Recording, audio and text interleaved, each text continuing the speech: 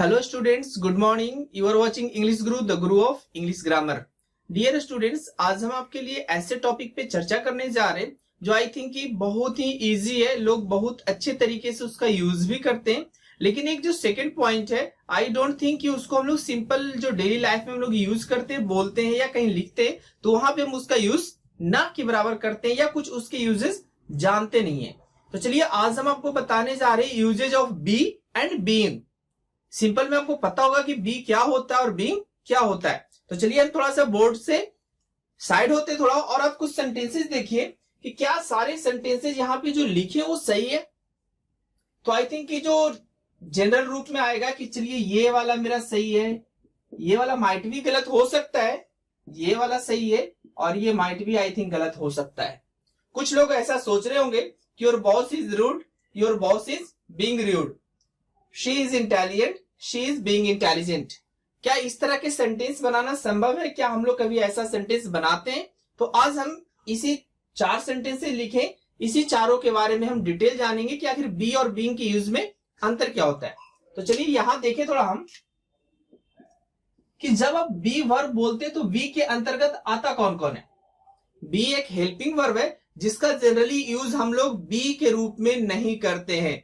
इसके जो पार्ट्स होते हैं उसका यूज हम लोग करते हैं और बी के अंतर्गत आता है एम इज आर, दूसरे आप बोल सकते हैं वाज वर, और तीसरे अगर आप चाहें तो बना सकते हैं कि मॉडल वर्ब के बाद अगर हम वर्ब बी लिख दें तो ये सारे बी कैटेगरी के अंदर आ सकते हैं। Am is are, was were, ये सारे को हम बी बोलते हैं। जनरली ये 2 टॉपिक आपको पता होगा कि बी के अंतर्गत आते हैं एम इज आर और वाज वर। ये सब का यूज हम लोग बी के रूप में करते हैं। इट मींस बी का यूज ना करके जहां भी हमको बी लगाना होता है, प्रेजेंट के लिए एम इज आर और पास्ट के लिए वाज वर, और फ्यूचर में अगर चले जाए तो शैल बी, विल बी। तो इस तरीके से हम यूज बी का तो कर लेते हैं। चलिए बी का यूज हमने समझ लिया। बी जैसे I am a boy, you are a girl, she is intelligent, she is not intelligent, they are laborious, they are not laborious. Such sentences can be made with am is are and was were also. They were intelligent, she was beautiful. Clear? तो इस तरह के sentences तो हम लोग बना लेते हैं। लेकिन अब देखें क्या होता है कि अब बी को थोड़ा हम इस तरह से एलिब्रेट करें, V1, V2, V3। तो इसमें आता है V, इसमें आता है was और इसमें आता है been। देखिए अब मेन वर्ब जैसा यूज हो रहा है बी हमारा, बी वॉज बीन। अब हम लोग V4 बोलते हैं। V4 कहने का मतलब हो गया कि V1 प्लस ING, ठीक है, जिसे हम V4 भी बोलते हैं, जेरेंट बोलते हैं। तो ये होता है बीइंग और V5 होता है जो इसके सिंगुलर फॉर्म होते हैं, यानी इज हो गए, वाज हो गए, ठीक है। इस तरीके से हम लोग यूज कर लेते हैं। सॉरी, इज हो गया जिसको हम लोग सिंगुलर फॉर्म में यूज कर लेते हैं। लेकिन 3 तक तो सबको पता है कि वी वाज बीन होता है, बीइंग भी में भी पता हो। अब बात आती है कि बीइंग का यूज करते का है। तो जनरल यूज हम आपको बताने जा रहे हैं कि जो कंटिन्यूअस टेंस होते हैं उनके अगर हम पैसिव वॉइस लिखें, जैसे आई एम टीचिंग यू, तो हम लोग बना देते इसके पैसिव वॉइस में you are being taught by me, ठीक है। तो पहला यूज तो समझ में आ गया इसका कि हम इसका यूज करते हैं पैसिव वॉइस में। सेकेंड यूज कहाँ है? देखिए हम बी के यूजेस नहीं बता रहे, बी वाले सारे सेंटेंस सबको पता है सही है, सही है। 2 सेंटेंस यहाँ पे लिखे, दोनों सही है, तो इसलिए हम बीइंग पे चर्चा कर रहे हैं। चूंकि जो मेन कंफ्यूजन है वो आपका है बीइंग। क्या बीइंग से इस तरह के सेंटेंस बनाए जा सकते हैं? देखिए जरा, अब देखिए कि बी का पहला यूज हम लोग जानते हैं कि पैसिव वॉइस में करते हैं, ठीक है। और कहां करते हैं बीइंग का यूज? जेरेंडियल फॉर्म में अगर आप जेरेंट पढ़े, पार्टिसिपल पढ़े, तो वहां पे भी हम लोग करते हैं, ठीक है। तो मेन यूज आपके हो गए कि पैसिव वॉइस में हम लोग बीइंग का यूज करते हैं जब कंटिन्यूअस का पैसिव फॉर्म क्रिएट करना हो। अब आते हैं कि क्या ऐसे यूज कर सकते हैं। अब इस तरह का सेंटेंस बताता क्या? सबसे पहले ये जानेंगे कि ये किसी व्यक्ति की पर्सनालिटी को बताता है, ठीक है। वो किस तरह का पर्सनालिटी रखता है, इसको बतलाने के लिए हम लोग बी के am is are was were वाले फॉर्म का यूज करते हैं। याद रखिएगा अच्छे से कि बी के हम लोग जो एम इज आर और वाज वेयर वाला फॉर्म होता है वो किसी व्यक्ति की पर्सनालिटी बताता है। जैसे बोलते शी इज इंटेलिजेंट, तो इसकी पर्सनालिटी इंटेलिजेंट वाली। ही इज हैंडसम, वो हैंडसम है, तो इट मींस उसकी पर्सनालिटी हम डिनोट कर रहे हैं। तो जब पर्सनालिटी बताते तब तो am is are was were का यूज हम लोग कर लिए। अब आती है कि क्या पर्सनालिटी वाले सेंटेंस हम लोग बीइंग के साथ भी बता सकते हैं। अब अंतर देखिए, अब हम आपको यहाँ पे करें, ये जो हमने क्रॉस किया था ये हमने गलत किया था, ठीक है। इट मीन्स ये सेंटेंस भी सही है और ये सेंटेंस भी सही है। इट मीन्स बीइंग से भी हम सेम तरह के सेंटेंस जो एम इज आर वाले हैं, इट मीन्स इसमें हम बीइंग का यूज कर सकते हैं।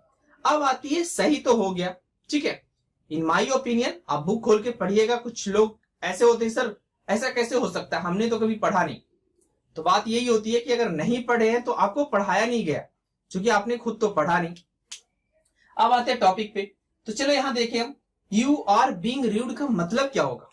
यू आर रूड का मतलब तो पता हो गया, आप क्या बोलते हैं रूड को हम लोग, जो कठोर टाइप के होते हैं, ज्यादा अच्छा से बिहेव नहीं करते, ठीक है। It means not well behave, वो अच्छे से बात विचार नहीं करते, उससे बोलते रूड है, ठीक है।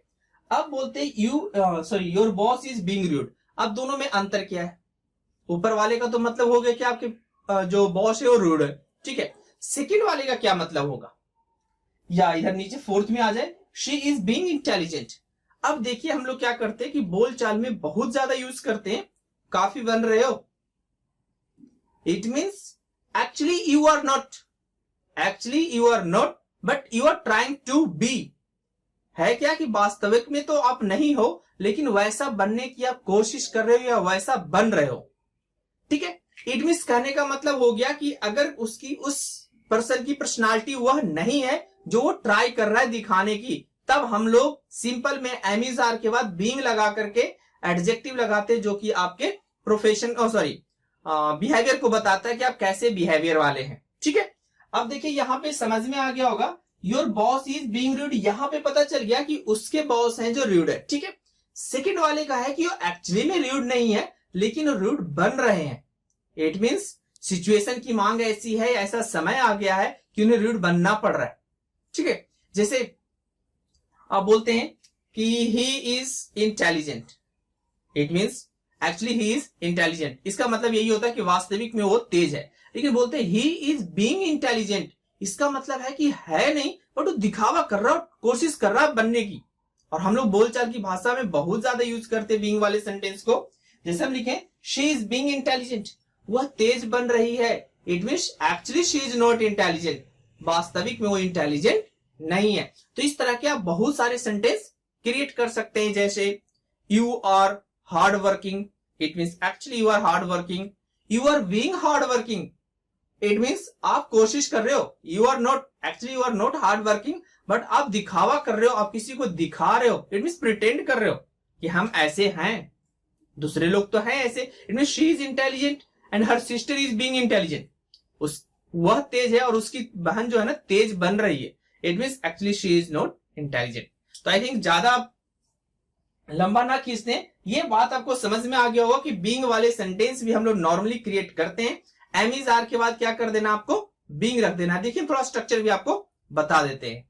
तो देखिए स्टूडेंट्स, हम इसे स्ट्रक्चर वे में भी लिख सकते थे कि subject plus am is are was were हम डाल देंगे, देन आफ्टर बीइंग आ जाएगा और देन आफ्टर एडजेक्टिव आ जाएगा, ठीक है, जो कि आपके बिहेवियर को डिनोट करता है। देखिए जरा कुछ और सेंटेंसेस हमने लिखे हैं। शी इज बीइंग नॉटी, अब मतलब समझ में अच्छे से आ गया होगा कि actually she is not naughty but she is being, it means वो दिखा रही है कि वो नटखट है, ठीक है। दे आर बीइंग लेबोरियस, वो लोग मेहनती होने का एक तरीके से नाटक कर रहे हैं, ढोंग कर रहे हैं, आप ऐसा भी बोल सकते हैं, ठीक है। Actually they are not laborious. Ram is being smart, ये तो हम लोग अपने दोस्तों फ्रेंडशिप वगैरह में बहुत ज्यादा बोलते हैं, दोस्तों के बीच में स्मार्ट बन रहे हो, it means actually he is not smart but वो कोशिश कर रहा है दिखावे की, दिखा रहा है कि हम स्मार्ट हैं। तो इस तरह के सेंटेंसेज आप बहुत बोलते हैं, बहुत यूज करते हैं। तो डियर स्टूडेंट्स, ये था छोटा सा वीडियो जिसमें हमने आपको बताया कि बीइंग से किस तरह के सेंटेंसेस बनाते हैं और उसका एक्चुअली मतलब क्या होता है और क्या वह सही होता है कि नहीं होता है। तीनों चीज हमने डिस्कस करा। सबसे पहले डिस्कस करा कि सही होता है कि नहीं होता है। यहाँ पे आया कुछ, आई थिंक कि हम चाहेंगे कि आप कमेंट में हमें इस चीज को जरूर बताएं कि क्या आप बीइंग से इस तरह के सेंटेंसेस कभी क्रिएट किए और विद द मीनिंग, कि आप क्या सोचे, अगर आपने बनाया होगा तो क्या बनाया होगा। तो हम चाहेंगे कि आप कमेंट में हमें जरूर बताएं कि इस तरह के सेंटेंसेज आपने क्रिएट किए तो किस अर्थ पे क्रिएट किए। क्लियर?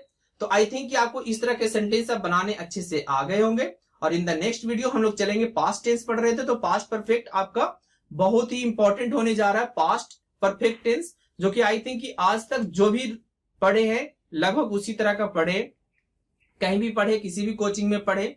आप यूट्यूब पे, मैं किसी चैनल का नाम यहाँ पे नहीं लेने जा रहा हूं, बट यूट्यूब पे आप जितने सारे खोल के देखो कि पास्ट परफेक्ट टेंस पढ़ना है हमें, पास्ट परफेक्ट की वीडियो मिल जाए, तो सब में सिंपल में वही है, राम खा चुका था, वो आ चुके थे। तो इस तरह की चर्चा हम लोग नेक्स्ट वीडियो में करेंगे, जिसमें हम देखेंगे कि पास्ट परफेक्ट का एक्चुअली यूज किस तरीके से करेक्टली किया जाता है। और एक कमेंट मुझे ऐसा है जिस पर मुझे आई थिंक कि बताना जरूरी होगा कि सर हम विश्वास कैसे कर ले कि आप जो पढ़ा रहे हो सही है। तो डियर स्टूडेंट्स, इसके लिए ऐसा नहीं कि हम ही ने ग्रामर के नियम लिखे, ठीक है, बट हमने कुछ मेहनत करके उसे पढ़ा है, उसे गेन किया है। ऐसा है कि किताब तो सब लोग पढ़ लेते, बुक सब लोग पढ़ लेते, एक ही क्लास में बच्चे पढ़ते, कोई सक्सेसफुल होकर इंजीनियर बनते, कुछ नहीं बनते, ठीक है। तो एक टीचर होने के लिए होता है क्या है कि वैसी चीज बताना जो कि बुक में लिखी ना हो। मतलब लिखा, ऐसा नहीं कि बुक में लिखा हो नहीं होता, ओपनली नहीं लिखा होता बुक में, लेकिन बुक में उसका अर्थ मौजूद होता है, जो कि ये काम आपके टीचर का होता है कि वो हिडन जो उसके अंदर जो रूल है, जो कंसेप्ट उसका हिडन है, वो कंसेप्ट आपको दे। बट सबसे ये संभव, आई डोंट थिंक कि सबसे संभव है, ठीक है। तो कहीं आपने पढ़ा हो तो उससे कोई दिक्कत नहीं है, छोड़िए उस बात को।